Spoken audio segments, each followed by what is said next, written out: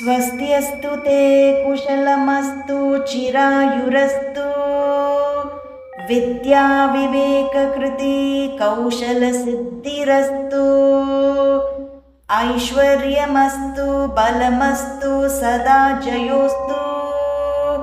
वंश सदैव भवता हि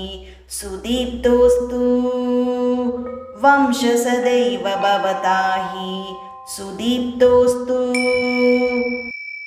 स्वस्त्यस्तु ते कुशलमस्तु चिरायुरस्तु विद्या विवेककृति कौशलसिद्धिरस्तु ऐश्वर्यमस्तु बलमस्तु सदा जयोस्तु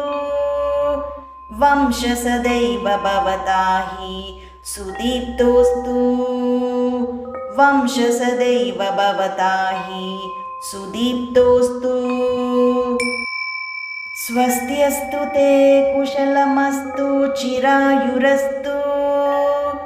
विद्या विवेककृति कौशलसिद्धिरस्तु ऐश्वर्यमस्तु बलमस्तु सदा जयोस्तु वंश सदैव भवता हि सुदीप्तोस्तु